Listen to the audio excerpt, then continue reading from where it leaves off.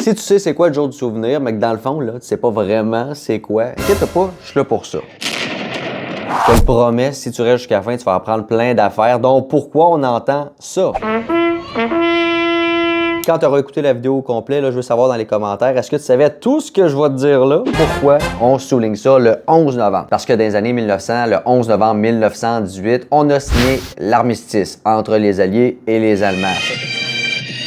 Ça, grosso modo, ça a mis fin à la Première Guerre mondiale. 11 novembre, oui, mais à 11 h, selon ce qu'on raconte. Fait que oui, depuis ce temps-là, on souligne la fin de la Première Guerre mondiale, mais c'est que c'est une guerre qui a quand même fait 65 000 morts du côté des Canadiens. Donc, on souligne aussi le sacrifice ultime, les militaires qui ont perdu la vie lors de ce combat, et aussi plusieurs qui ont été blessés. Hein. Quand même, on parle d'environ 172 000 blessés.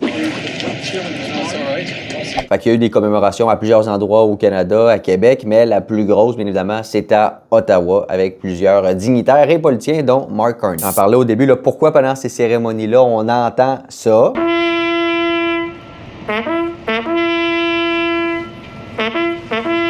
Ce qu'on appelle la dernière sonnerie au clairon, bien, selon le site internet de la Légion royale canadienne, ça signifiait aux soldats que le camp était sécurisé pour la nuit et rappelait aussi les soldats blessés vers le camp à la fin d'une bataille. Et la question quiz maintenant, pourquoi plusieurs portent le coquelicot?